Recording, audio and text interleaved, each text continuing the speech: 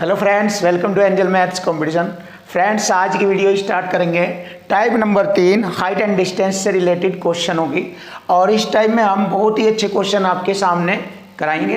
तो first question आपके सामने, 60 मीटर ऊंचे मीनार से, ये 60 मीटर ऊंचा मीनार है, 60 मीटर ऊंचे मीनार से कुछ दूरी पर एक भवन है, ये भवन हो गया, और इस मीनार के शीर्ष से भवन के शीर्ष पर 30 डिग्री और आधार पर 60 डिग्री का कोण बनता है। ये भवन का शीर्ष है, मीनार के शीर्ष से 30 डिग्री का कोण, और भवन के आधार से, मीनार के शीर्ष से भवन के आधार पर 60 डिग्री का कोण बनता है। तो भवन की ऊंचाई ज्ञात करनी है। तो देखिए, यहाँ से हम भवन की ऊंचाई ज्ञात करेंगे। जैसे कि आप सभी को मालूम है, हम हाइट एंड डिस्टेंस से रिलेटेड क्वेश्चनों को रेशो मेथड से हल कराते हैं। तो जब थीटा बराबर 60 डिग्री दिया है तो लंब हो जाएगा √3 और आधार होगा 1।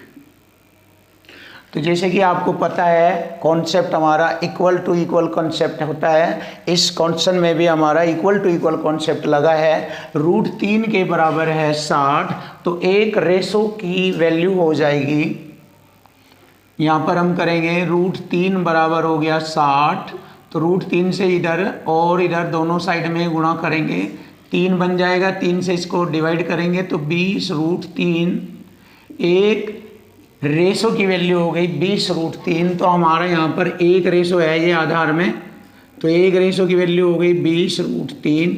जैसे कि हमारा आधार ABCD और E, AB के बराबर है DE।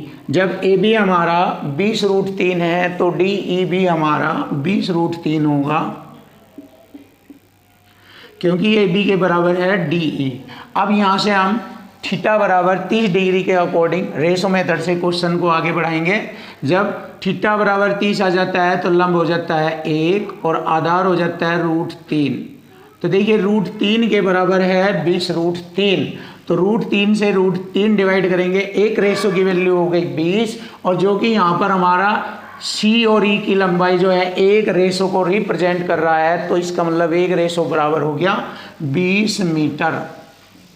अब हमें मालूम हो गया है कि हमारे मीनार की जो ऊंचाई है वो 60 मीटर है B से C तक, जिसमें EC 20 मीटर है, तो 60 में से 20 घटाएंगे तो 40 हो जाएगा हमारा BE, और BE बराबर होगा भवन की ऊंचाई AD के बराबर।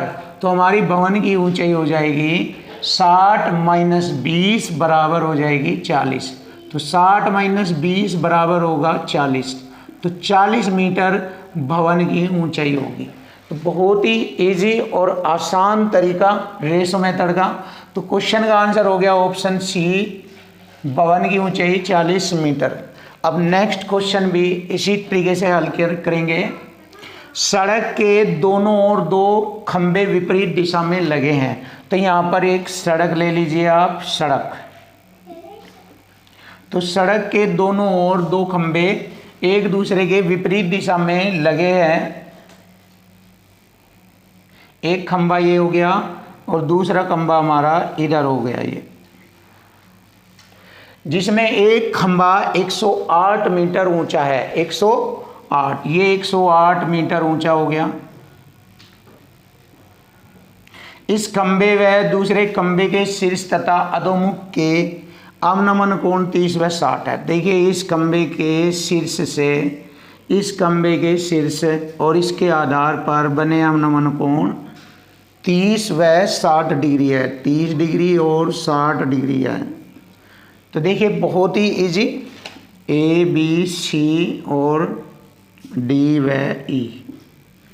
अब जैसे कि हमें पता है, पहले खंबे की ऊंचाई 108 मीटर है, दूसरे खंबे की ऊंचाई हमसे पूछी गई है, इस खंबे की ऊंचाई पूछी गई है। तो जब थीटा बराबर 60 आता है तो लंब हो जाता है BC बराबर हो जाएगा √3, और ये आधार हो जाएगा 1।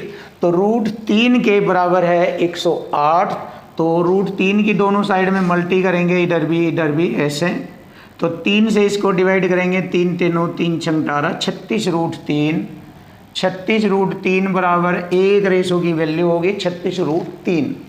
तो यहाँ पर भी हमारी 1 की वैल्यू है 36√3 और ए बी के बराबर है डी ई, तो ये भी हमारा 36√3 हो जाएगा।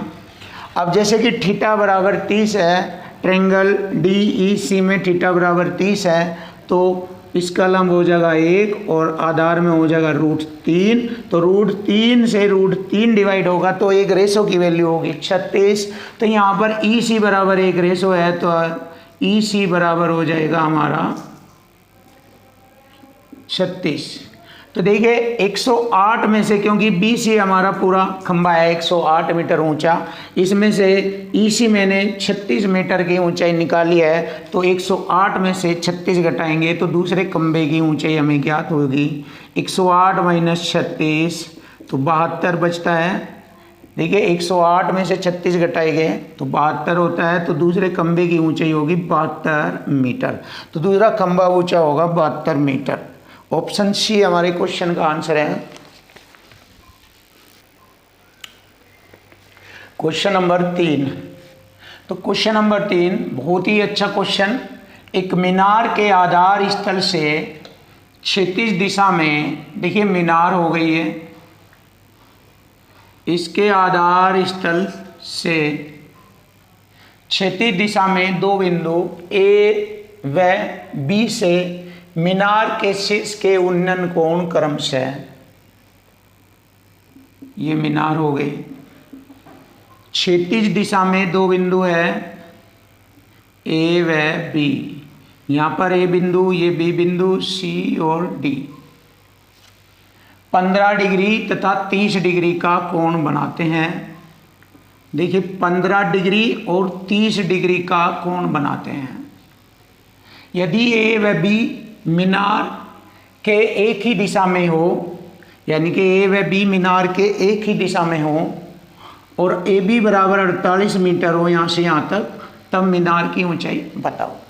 तो देखिए इस तरह के क्वेश्चनों में जब 15 डिग्री और 30 डिग्री आता है तो ये हमारे लिए बहुत ही इजी होता है। यहाँ पर एक रेशो को रिप्रेजेंट करता है लंब, और बी सी पर √3 को रिप्रेजेंट करता है, और ए बी होता है 2 रेशो के बराबर। ए बी होता है 2 रेशो के बराबर। तो जैसे कि क्वेश्चन में दिया गया है ए बी बराबर 48 मीटर है, तो इक्वल टू इक्वल कॉन्सेप्ट से हल करेंगे। 2 रेशो के बराबर हो गया 48, यानी कि एक रेशो की वैल्यू आ गई 2 एकम 2 और 2 से डिवाइड करेंगे 24, तो एक रेशो की वैल्यू हो गई 24 मीटर। तो एक रेशो की वैल्यू हो गई 24 मीटर। तब हमें मीनार की ऊंचाई बतानी है, और यहाँ पर एक रेशो दर्शाया गया है मीनार की ऊंचाई के लिए, एक रेशो को रिप्रेजेंट किया गया है, तो एक रेशो बराबर हो गया 24 मीटर। तो हम कह सकते हैं कि मीनार की ऊंचाई हो गई 24 मीटर, और यही हमारे क्वेश्चन का आंसर बनेगा। मीनार की ऊंचाई हो गई 24 मीटर। ऑप्शन सी हमारे क्वेश्चन का आंसर है। तो देखिए फ्रेंड्स, बहुत ही अच्छे तरीके से इस टाइप को मैंने आपके सामने रखा है। ये टाइप नंबर 3 है। तो जब भी इस टाइप के क्वेश्चन आपको देखने को मिलेंगे तो एग्जाम में आप सेकंडों में क्वेश्चन को इजी तरीके से हल कर सकते हैं।